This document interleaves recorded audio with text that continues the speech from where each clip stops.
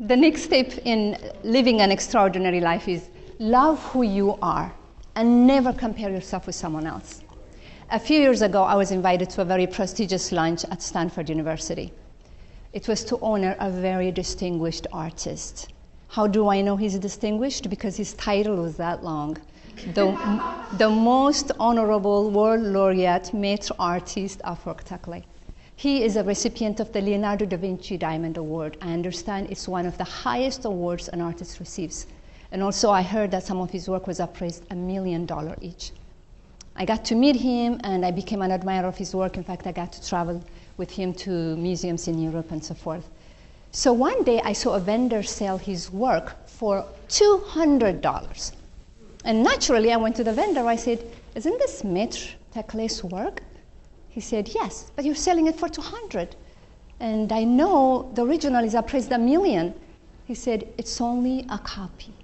I said, but isn't that a big gap from $1 million to $200?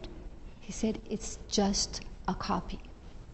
So I said, so when I try to be Oprah Winfrey, Halle Berry, Iman, I'm just $200. But when I try to be the person the Creator made in all her essence, I'm $1 million worth. So embrace who you are. Never compare yourself with someone else because their journey is different than yours. The tools that you're given is different than yours. Talking about Oprah Winfrey, when she first broke into the journalism business, Barbara Walters at the time was already big. So naturally, Oprah tried to pretend to be Barbara. And Oprah said, I realized that I can be a better Oprah than I could be a pretend Barbara Walters. And sure enough, it proved. Because out of the 25 years she hosted a daytime talk show, 17 of those years she was #1. Why? Because she embraced who she was. You see, every one of us, I said, is special, right?